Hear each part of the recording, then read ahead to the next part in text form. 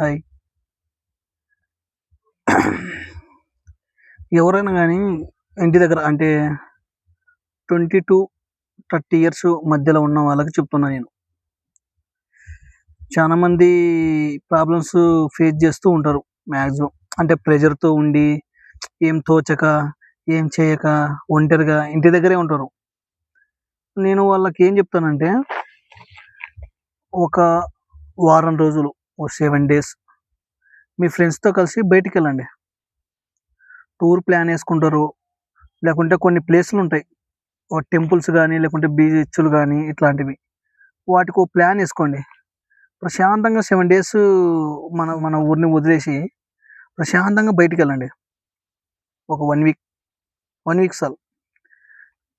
బయటికెళ్తే ఏం ఏం తెలుస్తుందంటే మాక్సిమం ఇంటి దగ్గరే ఉండి సఫర్ అయ్యే కొద్దీ బయటికెళ్తే మన ప్రాబ్లమ్స్ కొద్దీ బయట ప్రాబ్లమ్స్ ఎక్కువ చూస్తాం మనం దగ్గర నుండి. అరే! అప్పుడేమనిపిస్తుందంటే చాలా మందికి మనమే మన ప్రాబ్లమ్స్ ఇంటి దగ్గర ఉండడం వల్ల మన ప్రాబ్లమ్స్ మనం ఏమనుకుంటుంటాం? నాకే ప్రాబ్లమ్స్ ఎక్కువున్నాయి.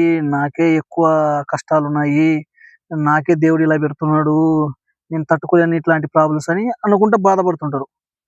బయటికెళ్తే ఏమనిపిస్తుందంటే అక్కడ నీకు చానా వింత వింత ప్రాబ్లమ్స్ కనిపిస్తుంటాయి మనుషులకి.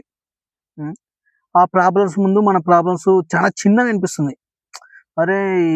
ఈ మనిషి ఇలాగనే ప్రాబ్లమ్స్ ఉన్నా ఫేస్ చేసుకుంటూ బానే బతుకుతున్నాడు. హ్యాపీగున్నాడు.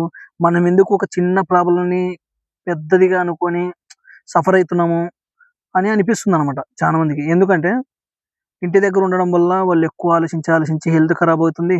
జీవితం ఖరాబు, టైం ఖరాబు. ఇంగ అస్సలింకా ఆయన జీవితంలో ఒక అంధకారంలోకి తీసుకెళ్ళింటారు. అట్లా ప్రాబ్లమ్స్‌ని చిన్న చిన్న ప్రాబ్లమ్స్ అన్ని పెద్దగా అనిపించుకొని ఒంటరిగా నష్టాలతో సఫర్ అయితుంటాడు ఒక పెయిన్‌తో. అప్పుడు ఆ బయటికి 7 డేస్ బయటికెళ్తే అనిపిస్తుంది. వాటి బయటున్న ప్రాబ్లమ్స్‌తో పోల్చుకుంటే మన ప్రాబ్లమ్స్ చాలా చిన్నవి. హ్మ్. మనం మన మైండు కొద్దిగా ఏమనిపిస్తుందంటే, మన మైండు రిఫ్రెష్ అవుతుంది. ప్రశాంతంగా కూర్చొని మన జీవితం గురించి ఆలోచించుకోండి. ఏమైతే ఏమవుతుంది? బతుకుదాం, చూద్దాం. దానికొక టైమొస్తుంది. మన ప్రయత్నం మనం చేసుకుంటూ వెళ్ళిపోవాలంతే.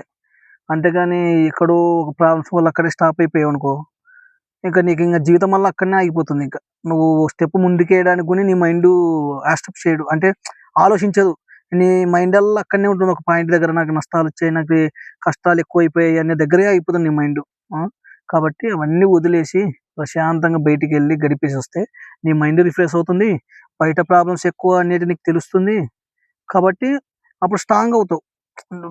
సిట్యుయేషన్ ఎలా ఫేస్ చేయగలుగుతాం, ఒక ప్రాబ్లమ్స్ ఎలా ఫేస్ చేయగలగాల అనేటివి మొత్తం తెలుస్తాయన్నమాట మాక్సిమం బయటికెళ్ళామంటే.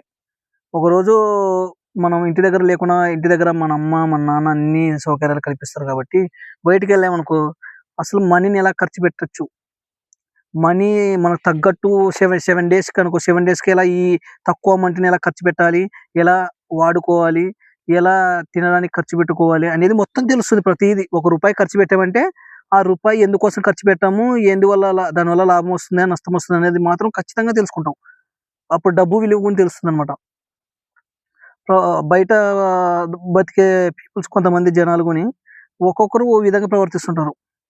అసలు వాడు ఎందుకు ప్రవర్తించాడు, వాడి క్యారెక్టర్ ఏమి, వీడి క్యారెక్టర్ ఏమి అంటే మొత్తం తెలిసిపోతదనమాట.